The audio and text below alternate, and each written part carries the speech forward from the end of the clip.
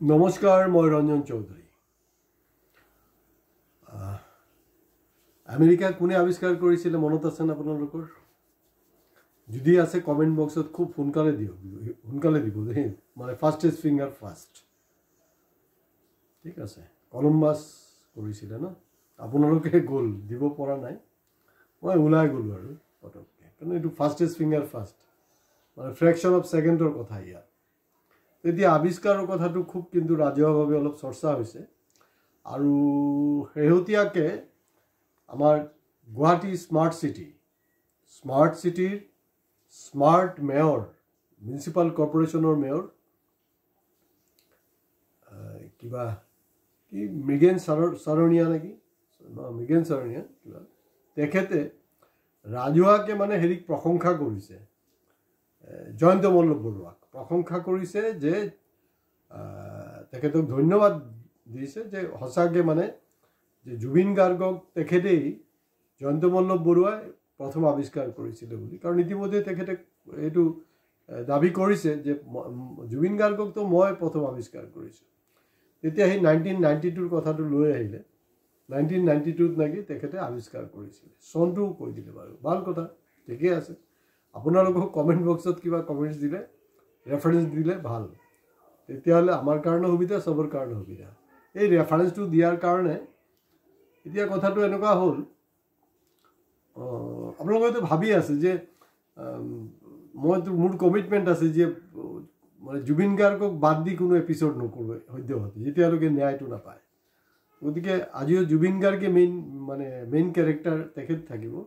তো হিৰো আজি জুবিন হ'ব না হিৰো বা ভিলেন আজি হেৰি হ'ব জয়ন্ত মল্ল বৰুৱা, সেইটো হ'লগৈ ডাঙৰ প্ৰশ্ন।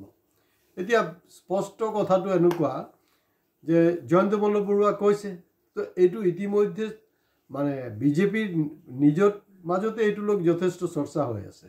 এইটো বাজপেয়ী ভৱন গৈ পাইছে, এতিয়ালৈকে দিল্লী পোৱা নাই, নাগপুৰ যেতিয়া পাব তেতিয়া আৰু দিগদাৰ আছে। তো যি নহওক, এতিয়া শেহতীয়াকৈ স্মাৰ্ট হেৰিয়ে ক'লে যে এনেকৈ তেখেত আৱিষ্কাৰ কৰিছে, আৰু তেখেতক ৰাজহুৱাভাৱে মানে ধন্যবাদো জ্ঞাপন কৰিছে। তো গতিকে এইটো আৰু এটা নতুন বিতৰ্ক সৃষ্টি হৈছে। আৰু 19 ছেপ্টেম্বৰৰ আগতেই কেতিয়াবাই আচলতে জুবিন গাৰ্গে জয়ন্ত মল্ল বৰুৱা ডাঙৰীয়াক কিন্তু আৱিষ্কাৰ কৰিছিলে। আপোনালোকে ধৰিব পৰাই নাই, বস্তুটো ধৰিব পৰা নাই। জুবিন গাৰ্গ কিন্তু এটা হিংস দিছিলে 19 ছেপ্টেম্বৰৰ আগত ছ'চিয়েল মিডিয়াত। জুবিন গাৰ্গৰ এটা স্পেচিফিক এটা কমেণ্টছ এটা শুনিব দেই, জয়ন্ত মল্ল বৰুৱা সম্পৰ্কে কিবা সুধিছে, খুব সম্ভৱ কোনোবাই নিতুমণি শইকীয়া বা তেনেকুৱা কোনোবাই ইণ্টাৰভিউ লৈ আছিলে। তো জয়ন্ত মল্ল সম্পৰ্কে সুধিছে, সোধাৰ পিছত কৈছে যে নাই বোলে এই অলবৈধ এই গৰু এটা, এই যে গৰু বুলি কৈছিলে নহয়, তেতিয়া কিন্তু অসমৰ মানুহে ভবাই নাই। যেতিয়া জুবিন গাৰ্গে কৈছিলে যে জয়ন্ত মল্ল বৰুৱাই এইটো একেবাৰে মানে বেকাৰ আৰু, এইটো গৰু এটা, মানে গৰু আমি কাক কওঁ, মানে যিকেইটা মানে মূৰ্খ থাকে সেইকেইটাকে ক্লাছক মানে আমিও গৰু বুলি কওঁ, টিচাৰক গৰু বুলি কয়, তেনেকুৱা সেইটো আমাৰ পৰম্পৰা। একচুৱেলি জুবিন গাৰ্গ মানে অলপ হেৰি কি বুলি কয়, তেওঁ অলপ মাৰ্যত যোনটো মানে হেৰি কাৰ্চি মেইনটেইন কৰি তেখেতে আচলতে কৈছিলে যে এইটো গৰু হয়, আচলতে গৰু নহয় দেই। তাৰ পিছতে মন কৰকচোন বাৰু, এই যে গাই চুৰ, গৰু চুৰ, এই যে গোটেই কথা বতৰাবিলাক কিন্তু তাৰ পিছতে ষ্টাৰ্ট হ'ল কিন্তু। আৰু জুবিন গাৰ্গে কিন্তু কৈ গৈছিলে দেই, আমি ধৰিব পৰা নাই, এইটো হ'লগৈ আমাৰ বিফলতা বা আমাৰ ইমেচিউৰিটি। জুবিন গাৰ্গে কিন্তু হিংস দিছিলেই। তো যেতিয়া গাই চুৰৰ কথাটো আহিলে, গৰু চোৰ, এইবোৰ একফালেতো আপোনাৰ এই গৌ মাতা, গৰুক মানে মা বুলিও মানে বিজেপিয়ে, আৰু ইনফালে সেই মাকো বিক্ৰী কৰা, আকৌ কিনা বেচা সেইবিলাক আছিলে তেওঁলোকৰ। তো প্ৰথমতে মই ক'ব বিচাৰিছোঁ যে যদি 1992 জুবিন গাৰ্গক জয়ন্ত মল্ল বৰুৱা আৱিষ্কাৰ কৰিছে, তাতকৈও আগত চাগে তেওঁক জুবিনে পলমকৈ ক'লে, এটা প্ৰশ্নৰ পৰিপ্ৰেক্ষিতত কৈছে এইটো গৰু হয়। আৰু পৰৱৰ্তী সময়ত আমি দেখিলোঁ যে গৰু চুৰৰ লিষ্টৰ যি তালিকাটো আছে, তালিকাত কিন্তু একেবাৰে শীৰ্ষ স্থান দখল কৰি আছে কিন্তু জয়ন্ত মল্ল বৰুৱা। ইণ্টাৰেষ্টিং নহয় জানো? তো কথাটো হ'ল সেইটো মানে আমি এই যে এই মানে জুবিন গাৰ্গৰ নিচিনা বা বাকীবিলাকে ধৰি লওক হয় কোনোবাই ধৰি লওক হেৰি বিচাৰিছিলে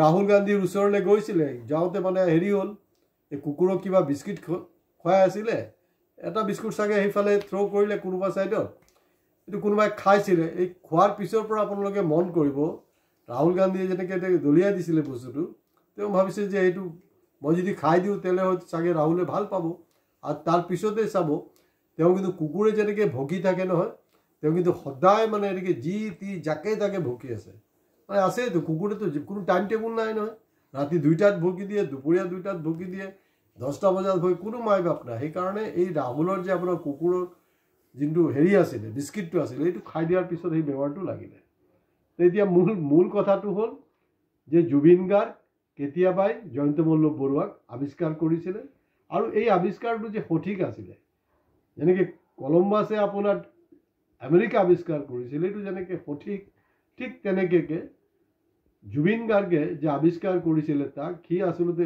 কাৰণ এইটো গৰু বুলি কৈছে ন কাৰণ চাওক একজন মন্ত্ৰী হয় মন্ত্ৰী ইমান ডাঙৰ মানে নেতা বিজেপিৰ তেখেতক আপুনি পটককৈ হেৰি ক'ব নোৱাৰে নহয় গৰু চুৰ বুলি ক'ব নোৱাৰে এইটো মহা বিপদৰ কথা তো কাৰবাৰটো হ'ল সেইটো তো এতিয়া মূল কথাটো হ'ল যে মই তাৰ নেৰেটিভছটো আপোনালোকক দিলোঁ যদি আপোনালোকৰ ভিডিঅ' ভাল লাগে এইটো শ্বেয়াৰ কৰিব লাইক কমেণ্টছটো কৰিব বিন্দাছ কৰিব যেনেকৈ আপোনাৰ জুবিনে আপোনাৰ বিন্দাছ কৈছিলে যে জয়ন্ত মল্ল বৰুৱা ই এটা গৰু হয় বিন্দাছ কৰিছিল আপোনালোকে কিন্তু শ্বেয়াৰ কৰোঁতে লাইক কৰোঁতে আৰু কমেণ্টছতো আজি কিন্তু কোনো ধৰণৰ কৃপণালি নকৰিব একদম বিন্দাছ আপোনালোকে কিন্তু কমেণ্টছ কৰক আজি মই বিচাৰিছোঁ যে জুবিন গাৰ্গৰ যে সি যে আৱিষ্কাৰ কৰিছিলে এই নেৰেটিভছটো কোনো এই মুহূৰ্তলৈকে কোৱা নাই মইহে চাগে প্ৰথম কৈছোঁ হয় এতিয়া কাৰণ ইতিমধ্যেতো আপোনাৰ লুৰিণজ্যোতি গগৈ